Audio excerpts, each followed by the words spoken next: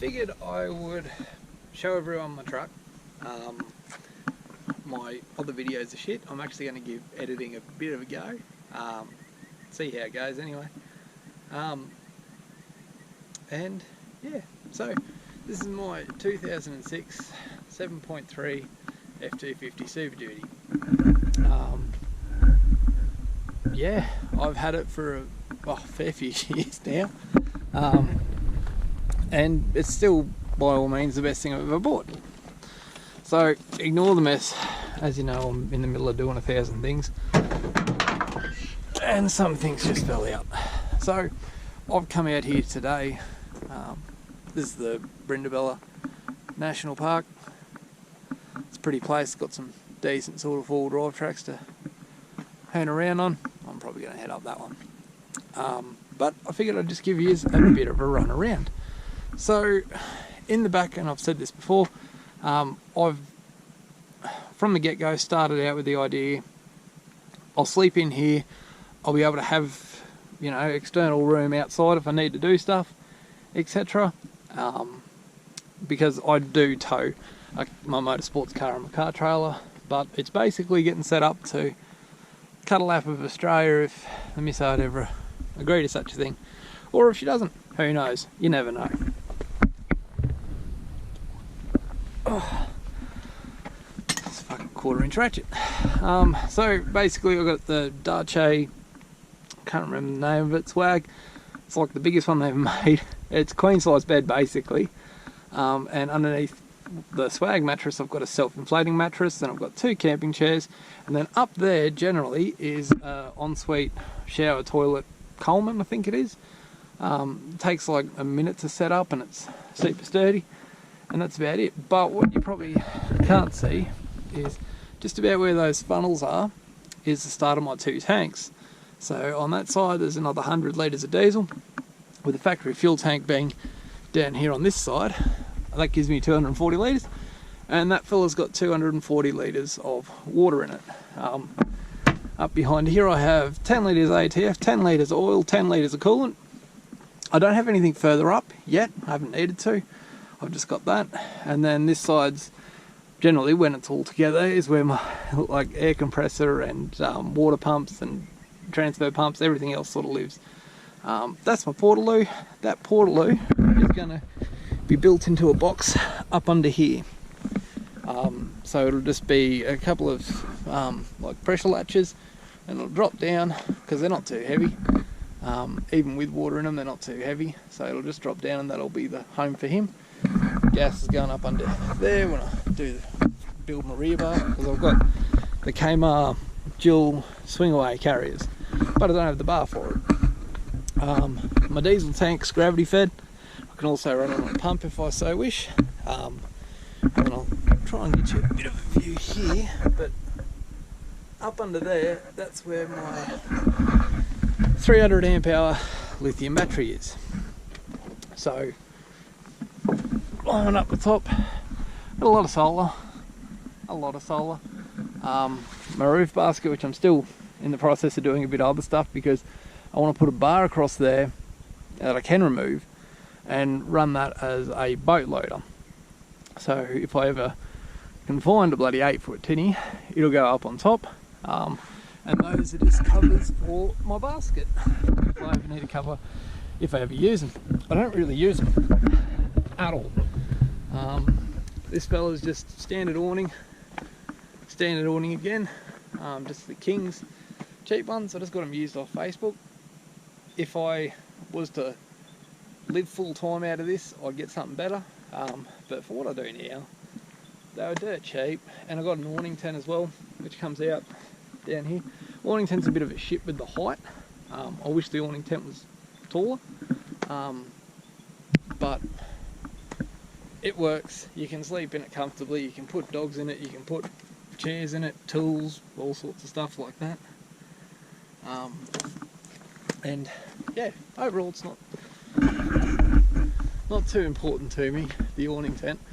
I do get good ventilation in here. What you probably can't see is I've got 2 vents up the top plus the sliding window, so air is good, doesn't get all the carbon monoxide stuff. etc. What else? The interior. So everyone would have seen a bit of a joke of trying to make a center console for it. But look, it's honestly turned out well. That's all I wanted. I wanted something I could take out with screws if I wanted to remove it, and I wanted it just to literally throw stuff in there, and that's it. And a place for my PowerPoint. Everything else. So what I've done is I've taken the back panel of the seat out, and then this blanket will be fixed all the way along there. And then underneath, it's a mess. It's a mess of wiring. That's because it's not all connected up. A lot of fucking dog hair, Jesus. I had dogs in here yesterday. No, carrying on. So that's a Renogy 50 amp DC to DC MMPT charger. It's absolutely brilliant. That's the Renogy monitor for it there, and the Bluetooth module. So yeah, you'll see that countdown just keeps going up. Even though I'm using 3.5 amps at 46 watts at the moment, it'll just keep going up. So that's my truck, Waco CFX. It lives there. Generally it's got a cover on. That's my head unit that I did the shitty video on. I'm not good at videos. I honestly want to get better at videos, especially since I'm sort of stuck down here. I want to get back to Queensland as soon as I can, but with the way everything is, who knows when that'll be. You all know what the inside of a engine bay looks like, so there's nothing different there. I've got a heap of riffraff stuff. Got up pipe, CPV delete, balanced assembly, S300 KC turbo. What else? Oh, the riffraff fuel stuff, banjos, CVDs. Yeah, just a bit of gear, nothing too flash. Still run the old Diablo tuner, and I really wish I could port those tunes to a Hydra, because I will go to a Hydra. But I'm at 450 k's now. My injectors will go soon. That'll determine what I do Hydra wise, etc., gearbox wise. And that I need to rebuild my front diff again, and my rear's probably going to get done as well, just because. So I've rambled on. I'm probably going to try and edit this out. I don't know how to edit really. I'm going to learn, hopefully, and yeah, hopefully I'll get a few videos of me tearing about and whatever else. I'm still waiting on the Bilstein 5100s for the rest of my lift kit. It's got the Icon 4.5 inch one. So when they come in, that'll be good, because then I can actually put it up, which will help a bit with my breakover angles. But yeah, that's basically it. These drawers go all the way to where that thing is, so that's how long they are. That's what they hold, that's what they do. Yeah.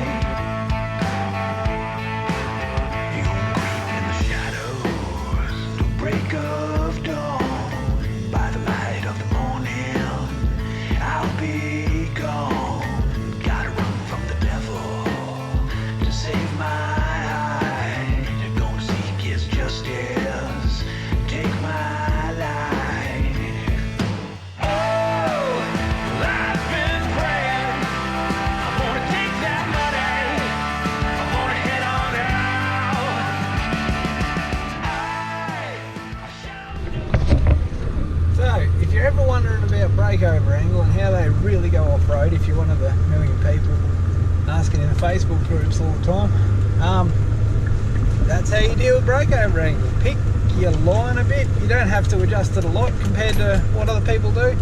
Everyone's been skidding over that. I skidded over it a bit. I would have got hung up the first time if I'd have kept going, and as I'm out here completely alone, I don't have my UHF, I don't have really phone reception. There's a couple of spots where you can walk to it, I guess. I've got a suicide jack, wallaby jack, bush jack, whatever, farm jack, whatever you want to call it. That's about it, and some ropes, and yeah, and aside from that, I sort of grew up doing this. Well, not this, I've never been into this. I've four-wheel drive because I needed to get places, four-wheel drive because I needed to get home, run water, stuff like that. Never for adventure. So this is the track that I'm going up. It's pretty narrow, but they still make paint, and I don't even know where it goes. I just come out here and find a spot and just keep going, kind of deal until I can't. Generally it's where the end of the track is. That's that log you see there. So all I've done is, now I don't have diff lockers at all.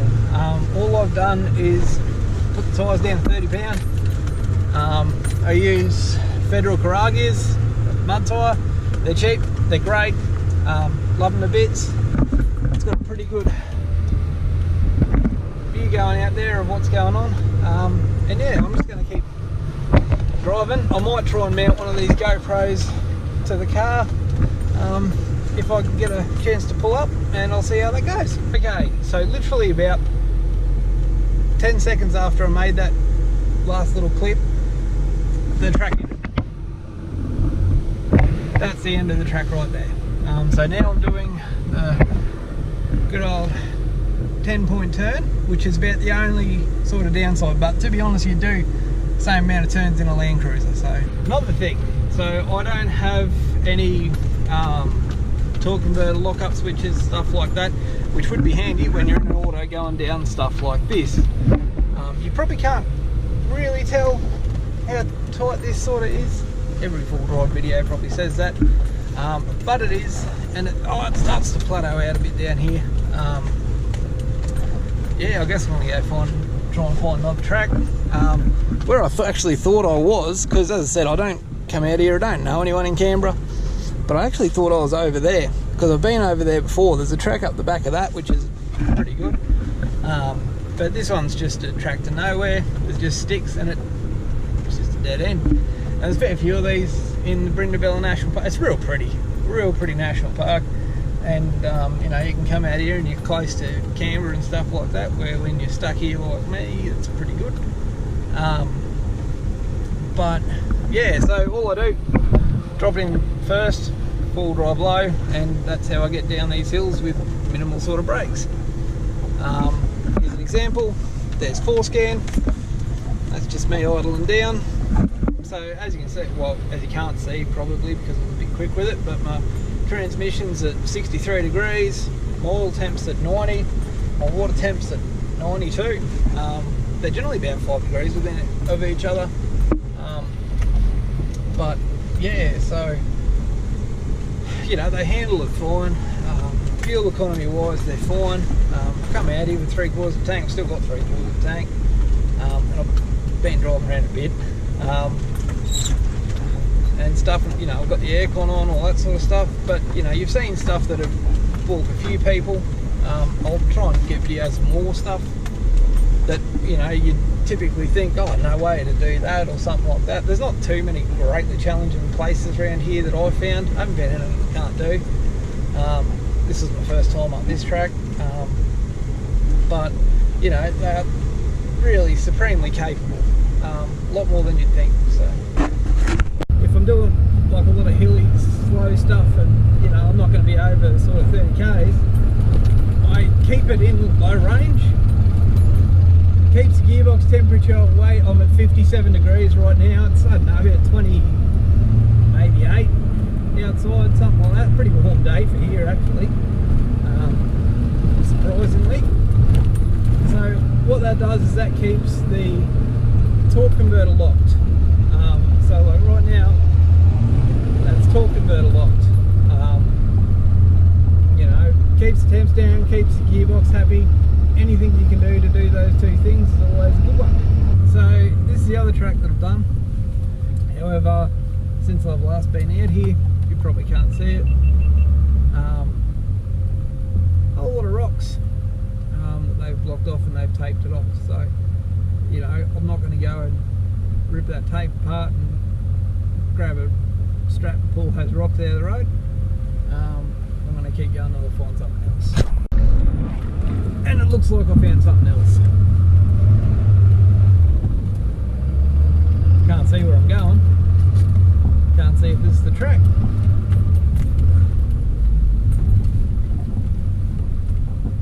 Mind is.